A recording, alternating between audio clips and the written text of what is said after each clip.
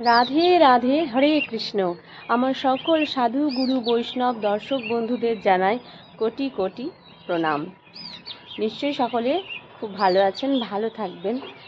আর আমরা জীবনে অনেক সময় অনেক কিছুকে আমাদের যা নিজের ধারণা এবং সেই নিজেদের ধারণা অনুযায়ী আমরা সেটাকে সেই বিষয় বলেই ভেবে নিই। ঠিক যেরকম ভক্তি আর পূজা, এর মধ্যে কি আদৌ কোনো পার্থক্য আছে কি নেই, এই বিষয়ে সকলের কিন্তু সঠিক ধারণা নেই। অনেকে মনে করে থাকেন যে ভক্তি হলো পূজা, আবার পূজা করাই হলো ভক্তি। তো ভক্তি কি আর পূজাই বা কি, চলুন আজকে একটু সেই বিষয় নিয়ে আলোচনা করা যাক। প্রত্যেক হিন্দু সনাতন ধর্মের ঘরে ঘরেই প্রত্যহ অর্থাৎ নিত্য পূজার একটা ব্যবস্থা থাকে। তার ঘরের মধ্যেই হোক বা আলাদা করে কোনো পূজার ঘরে হোক, সেখানে ভগবানের নিত্য সেবা দেয়া হয়ে থাকে। ঠিক যেরকম ফুল ফল নৈবেদ্য এবং ধূপ ধুনা দ্বারা অর্চনা করা, এবং এসব দ্বারা আমরা ভগবানের সেবা দিয়ে থাকি। তো এই যে আমরা বিভিন্ন দেব দেবীর চিত্রপটে ধূপ ধুনো দেখিয়ে থাকি, ফুল নিবেদন করে থাকি, ফল বা নৈবেদ্য নিবেদন করে থাকি, তো এসব কি? এসব হলো আমাদের পূজা করা, তাই না? তো সকলেই আমরা হিন্দু সনাতন ধর্মের ঘরে ঘরে এই পূজার ব্যবস্থাটা করেছি।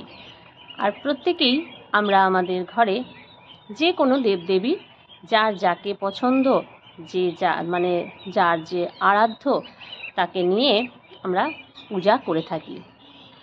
তো প্রশ্নটি হলো যে পূজা যে করি আমরা, এই পূজা করাই কি আমাদের ভক্তি, নাকি ভক্তি অন্য কিছু? চলুন ভক্তি কি এবার আমরা একটু জানি। গীতার 12 অধ্যায় ভক্তি যোগ নামক অধ্যায়ে ভগবান আমাদের ভক্তি সম্পর্কে কি বলেছেন। যখন অর্জুন জিজ্ঞাসা করলেন যে কোন ভক্ত আপনার সবথেকে বেশি প্রিয়, যে পরম ব্রহ্ম রূপে আপনার উপাসনা করেন সে বেশি প্রিয়, নাকি যে ব্যক্তি আপনার স্বরূপে আপনার উপাসনা করে থাকেন সে বেশি প্রিয়? তো ভগবান তার উত্তরে কি বলেছেন? ভগবান আমাদের বুঝিয়েছেন যে সেই ব্যক্তি আমার প্রিয় যে সব কিছু আমাকে সমর্পণ করে থাকে, সব কিছুতেই তুষ্ট হয়ে থাকে, সকল জীবের মধ্যেই সমভাবাপন্ন থাকে এবং সকল পরিস্থিতিতেও সমভাবাপন্ন থাকে। কোনো কিছুতেই যে আমার দোষ ত্রুটি না দেখে জীবন নির্বাহে যেটুকু প্রয়োজন সেটুকুতেই তুষ্ট থাকে এবং সব কিছুই আমার ইচ্ছেতেই চলছে, এই রূপ সমর্পণকারী ব্যক্তি ভগবানের বেশি প্রিয়।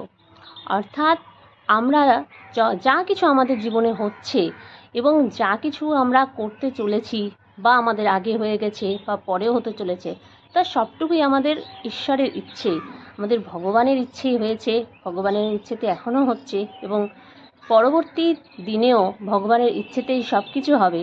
এবং তাকেই সমর্পণ করে সব কিছু আমরা যদি করতে পারি, তবেই আমরা ভগবানের প্রিয় হতে পারবো।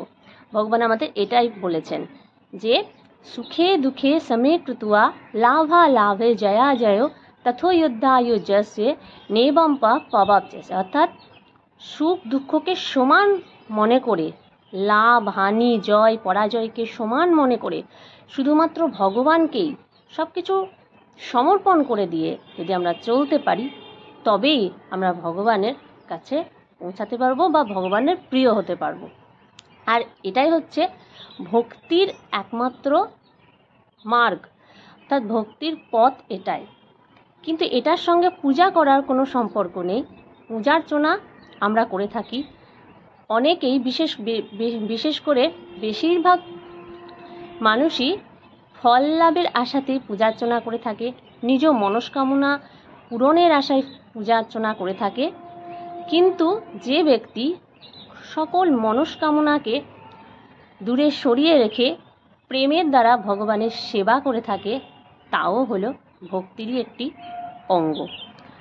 এবং ভগবানকে তুষ্ট করার জন্য ভক্তির যে 64টি অঙ্গ রয়েছে, সেই 64টি অঙ্গের বিভিন্ন ধাপ রয়েছে এবং সেগুলির মধ্যে ভগবানকে তুষ্ট করার জন্য কখনো তাকে সন্তান রূপে, বা কেউ তাকে পিতা রূপে, কেউ তাকে মিত্র রূপে মনে করে তার সঙ্গে যে প্রেমের সম্পর্ক রাখে, কোনো চাওয়া পাওয়ার সম্পর্ক রাখে না, তাও হলো ভক্তির একটি অঙ্গ।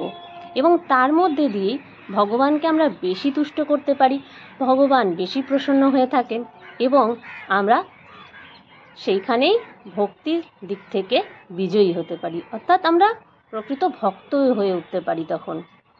কারণ প্রকৃত ভক্ত সেই হয়ে ওঠে যে ভগবানের কাছে কোনো কিছুই আশা প্রত্যাশা না করে, বা নিজের জীবনেও কোনো কর্মের ফলের আশা না করে, কোনো কর্ম করার আগে এর কি ফল আমি পেতে পারি সেই সব না ভেবে, না চিন্তা করে শুভ কর্মে আগ্রহী হয়, ভগবানের সঠিক সেবা পূজা দেয়, প্রেমের দ্বারা ভগবানকে ডাকে, ভগবানকে ভালোবাসে। ঠিক যেরকম পিতামাতা তার সন্তানকে বিনা কারণেই স্নেহ করে, ভালোবাসে, ঠিক সেই রকম আমরা আমাদের ভগবানকেও যদি সন্তান সম প্রেম দিতে পারি, আবার মিত্ররূপেও বিনা স্বার্থেই তাকে যদি ভালোবাসা দিতে পারি, তার মধ্যে দিয়ে আমরা ভগবানের প্রতি ভক্তি জাগিয়ে তুলতে পারি নিজের হৃদয়ে। আবার আমরা ভগবানের কোন বস্তুটি সবথেকে প্রিয়, কোন কাজটি করলে ভগবান তুষ্ট হবেন, ভগবানের সন্তুষ্টি বিধানের জন্য আমরা যে কোনো কর্ম করলেই তার দ্বারা আমরা ভক্তির মার্গে, ভক্তির পথে এগোতে পারি। অর্থাৎ ভগবান যে বিষয়ে কষ্ট পেয়ে থাকেন, অর্থাৎ প্রত্যেক জীবের মধ্যেই পরমাত্মা বাস করেন এবং যে কোনো জীবকে কষ্ট দিলে, বা যে কোনো জীবকে নিজের প্রয়োজনে হত্যা করলে ভগবানের কষ্ট হতে পারে, এই ভেবে আমরা যদি কোনো জীবের প্রতি কোনো খারাপ মনোবৃত্তি না আনি এবং আমরা প্রত্যেক জীবের মধ্যে সমভাবাপন্ন হয়ে থাকি, অর্থাৎ তার মধ্যেও যে জীবন রয়েছে আমার মধ্যেও সেই জীবন রয়েছে, এই কথা ভেবে যদি সকলের প্রতি সমান ভাব রাখতে পারি, শুধুমাত্র ছোট ছোট জীব নয়, প্রত্যেক মানুষের প্রতিও আমাদের ছোট বড় কোনো কিছু না দেখে, চেনা অচেনা না দেখে প্রত্যেকের প্রতি যদি সমান ভাব রাখতে পারি, তাহলেও এটি একটি ভক্তির অংশ। কারণ এর দ্বারাও ভগবানের আমরা সন্তুষ্টি বিধান করছি, আর যত বেশি আমরা ভগবানের সন্তুষ্টি বিধান করতে পারবো, ততই আমরা ভক্তির পথে এগিয়ে যেতে পারবো। কিন্তু শুধুমাত্র পুষ্প চয়ন করে এবং অনেক অনেক ফল, অনেক অনেক মিষ্টান্ন, অনেক কিছু সামগ্রী দ্বারা ভগবানের সেবা পূজা করলেই কিন্তু তা ভক্তি হয়ে যায় না। অনেক পূজার সামগ্রী এনে পূজা করলেই তা ভক্তি হয়ে যায় না, সেটা শুধুমাত্র পূজা হয়।